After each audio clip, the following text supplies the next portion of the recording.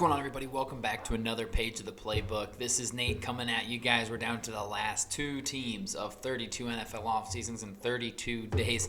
Your boy's tired. All right, let's get right into this. Today's team, we're going to talk about the Tennessee Titans. Before we get into today's video, guys, I just want to give a special shout out to today's sponsors, starting with Gold Fine and Bowles, Lawyers for the Injured.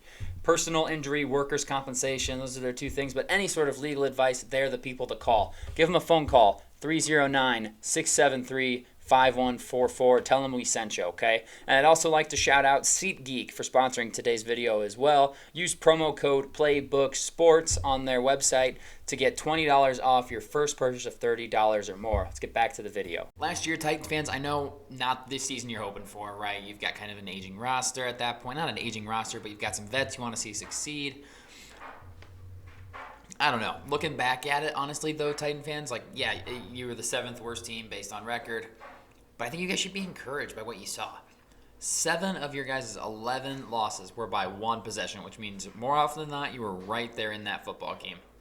There's still a bunch of serious talent on this roster. And yeah, we saw some growing pains in quarterback Will Levis, but that's expected, right? Not every rookie quarterback is going to come in and light it up. It's just unfortunate that your division rival also took a quarterback, and he did light it up. So don't compare Will Levis to C.J. Stroud, not in the rookie seasons. We're going to be just watching Levis. Watch him in a vacuum. Don't compare him to what you see. Just see how he does going forward. Can he take that step forward this upcoming season? Can he show the Titans that he's the guy of the future?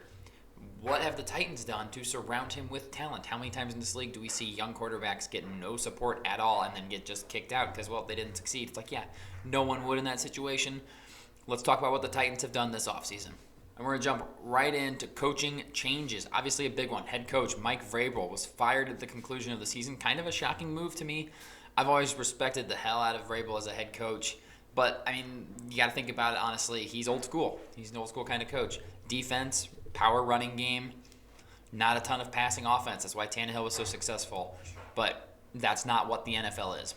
Unfortunately, that's just not where the NFL is. It's all about throwing the football. It's all about these spread offenses and the speed. And you look around the NFL and you just don't see the gritty kind of coaches sticking around. You just don't see it working everywhere. So they moved to a new age sort of coach in former Bengal offensive coordinator Brian Callahan. He had that offense looking dangerous, man. Yeah, they had a ton of weapons. He brought one of them with him in Tyler Boyd. But I think they did this for Will Levis, honestly. I really do, because Brian Callahan, getting an young offensive coach to grow with your young quarterback, I think is kind of the secret, truthfully. And I think we're going to see a lot of teams start doing that because it works. It works when you have an offensive-minded guy and a young quarterback. You see growth and development. And if they want to see it out of Levis, you're not going to get that from a guy who was raised in the Patriot system where they had Tom Brady doing everything for him, but it was always team defense. It was always defense, special teams, offense will figure it out. You're just lucky you had Tom Brady. I think that Brian Callahan is the perfect coach. And with him comes his father, Bill Callahan. I think that move is just as important, honestly. He is one of the best offensive line coaches in recent history. And the best way to support a young quarterback, give him weapons and protect him. And that's what Bill's going to do. He's going to coach up these. They've got some young offensive linemen on this team that he can coach up. I like that hire. I like bringing in both of the Callahans. Hard to say it's a positive because I really do like Coach Vrabel. I thought he was a great coach for the Titans. As a first-time head coach, he was fantastic. But I do like what the Callahans can bring to the table, so we're going to call this one a wash. Let's talk about free agency. Players lost was where we'll start. Titans, they overhauled a lot this offseason. They got rid of a bunch of players, brought in a bunch of players. They lost middle linebacker Azeez Al-Shaair, allowed to leave in free agency. Surprising because of his age and production. Only 26 years old. Just came off of 163 total tackle seasons. He was excellent last year. That's hard to replace. Another guy that's hard to replace strictly because he's a legend is running back King Henry. Derrick Henry, allowed to walk. He's now in Baltimore and ended an unbelievable run in Tennessee where he was just the man for so long. They just relied on him entirely, and he just delivered season after season. I mean, the amount of Derrick Henry jerseys that will still be worn every Sunday by Titans fans will just show how much he meant to them. Honestly, it's the end of an era in Tennessee, kind of the turning of a new leaf here as we're going to a faster, speed-based offense. They also let a few other starters walk. Cornerback Sean Murphy-Bunting was allowed to leave. Starting center Aaron Brewer was allowed to head to your Miami Dolphins. Fins up. And defensive lineman Denico Autry was also allowed to leave. So that's 5 starters I just listed right there, all leaving in free agency. That's almost, it's not a full fourth, but it's almost a fourth of your starting lineup gone. And I'm sure I'm missing someone. Let's talk about players added, how they replace them, right? They spent some big money on wide receiver Calvin Ridley. I have been openly critical of this move. They made him the 13th highest paid wide receiver in the NFL, meaning he is an unquestioned number one. Has to be, if he's getting that much money. Has to be unquestioned number one talent. And I haven't seen that. Honest to God, haven't seen that. He's a great complimentary guy. When he was in Atlanta, right? When he was his best in Atlanta, Julio Jones was on the other side of him. And then Julio Jones left, and it was just Ridley. Nothing impressive. In Jacksonville, an opportunity to truly be a one with some solid guys around him, and he was not the 13th best wide receiver, I'll tell you that for free. Just never really showed out, shockingly. So we'll see what he does here alongside of DeAndre Hopkins and their other weapons. I just don't know. It was a lot of money to pay him. And then they brought in center Lloyd Cushenberry. Great addition. Great pickup here. Paid him. They should have. He's a stud center. He's going to anchor that offensive line for a while. That was a really good pickup. And then in an attempt to replace Derrick Henry, they brought in running back Tony Pollard. Man, he disappointed me last year in Dallas, guys. We'll see how it goes in Tennessee, but I really thought he would dominate last year behind that Dallas offensive line, getting the most touches, and he just never did. I was all in on Tony Pollard last year, and he really let me down, so we'll see how he does in Tennessee. And then they did also bring in to be starting middle linebacker Kenneth Murray, who will replace Azeez Al-Shaair. He's been kind of, not a bust of a first-round pick for LA, but he's just been kind of a guy. Nothing special, but he's solid. And this is only naming a few of the changes from offseason. Like, this Tennessee roster is so different from the one that ended this past season, which is a good thing considering they weren't very good last year. So let's talk draft, see what they did to help supplement all of these free agency moves, right? With their first pick in the draft, at pick number 7, they took offensive tackle, right tackle, J.C. Latham out of Alabama. I love J.C. Latham, an absolute mauler in the run game. Very solid pass pro. I thought he was the second best tackle in the class. I thought he was above Olu Fashanu, and clearly the Titans agreed with me. That's something to like. The prospect, very good. Things to dislike. The Titans needed a left tackle. This man is a right tackle. He played right tackle in college. That was his position. And the Titans are taking him at pick 7 in the draft to play him likely at left tackle. I haven't looked at their depth chart. It's probably to play left tackle. I'll have to check. But he's a stud right tackle. Why would you not just take a left tackle if that's what you wanted? Or take JC and play him at right tackle where he has been a natural at. I'm not going to write this off, again, because I love the prospect, and 2, because Bill Callahan's there.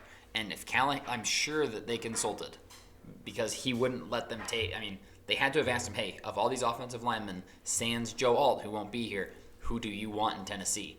And I'm guessing he picked J.C. Latham, and he knows offensive linemen better than anybody, so I will reserve judgment on that pick. I just wish that they would have taken a true left tackle. Love J.C. Latham. He's a right tackle.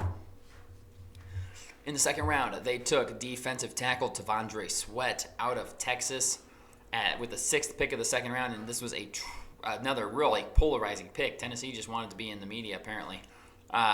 Recently arrested for driving while intoxicated. And then concerns over his weight, did not weigh in at the Senior Bowl, refused, said, no, I'm good, I don't want to, which means he was probably a lot heavier than his 360. He's probably pushing 380, honestly. You've got concerns there. He's an absolute mountain of a man. Very hard to move, but not very athletic based on his size. Athletic for his size, but just overall NFL athleticism, not very good. And at best, he's going to give you 40% of defensive snaps. In the second round, I think that Chris Jenkins would have been a better pick here. I think Mason Smith out of LSU would have been a better pick here, truthfully. And there were other very valuable players still on the board. You could have continued to rebuild your offensive line with any of the guys that went in the second round or even third round. I just felt like it was a reach for T'Vondre Sweat. I thought he was more of a third-round guy, especially with his red flags. I do like their 4th-round pick of Cedric Gray, linebacker out of North Carolina. Super athletic linebacker, one of the rangiest, high-energy linebackers in the draft. A little undersized maybe, 234 pounds is what he's listed at, but he makes up for that with his play speed, which is very quick. Did have some trouble with missed tackles in college, so we're going to have to watch that and make sure we get that cleaned up, because clearly they rely on their middle linebackers to tackle. Azeez with 163 tackles last season. He's going to have to tackle on this defense, unless it's all different, which it probably will be, so we'll see. I do think they can coach that up. So overall in this draft, I'm going to be a little critical here, Titans fans. I'm sorry. Even if I say yes, J.C. Latham can seamlessly transition to the left side and be the seventh best player, be the seventh overall pick, long-term left tackle. Even if I just ignore the fact that he's playing a totally new position.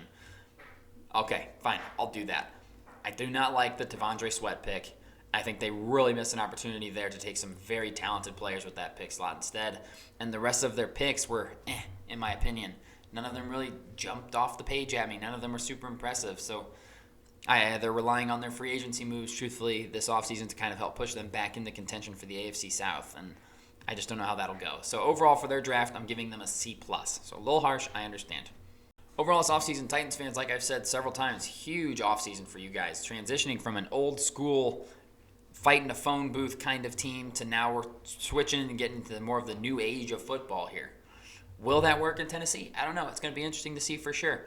I'm not sure that it will, but I love the Callahans, both of them being hired. I really think that gives them a shot to compete against that. I mean, even last year when they had so much dysfunction and so many issues going on, they were in 7 of their 11 losses. They lost by a single possession.